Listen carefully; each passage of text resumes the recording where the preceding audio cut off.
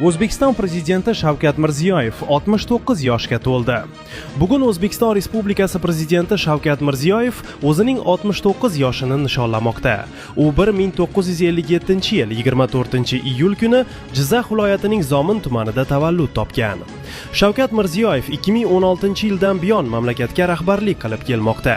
Shu davr mobaynida O'zbekistonda iqtisodiyot, ijtimoiy soha va davlat boshqaruvida keng ko'lamli islohotlar amalga oshirildi. Yirik infratuzilma loyihalari hayotga tatbiq etildi.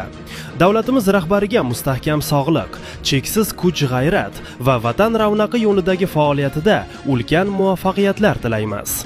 O'zbekiston Prezidenti Shavkat Mirziyoyev 69 yoshga to'ldi. Bugun O'zbekiston Respublikasi Prezidenti Shavkat Mirziyoyev o'zining 69 yoshini nishonlamoqda. U 1957-yil 24-iyul kuni Jizzax viloyatining Zomin tumanida tavallud topgan. Shavkat Mirziyoyev 2016-yildan buyon mamlakatga rahbarlik qilib kelmoqda. Shu davr mobaynida O'zbekistonda iqtisodiyot, ijtimoiy soha va davlat boshqaruvida keng ko'lamli islohotlar amalga oshirildi.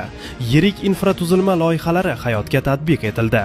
Davlatimiz rahbariga mustahkam sog'liq, cheksiz kuch-g'ayrat va vatan ravnaqi yo'lidagi faoliyatida ulkan muvaffaqiyatlar tilaymiz.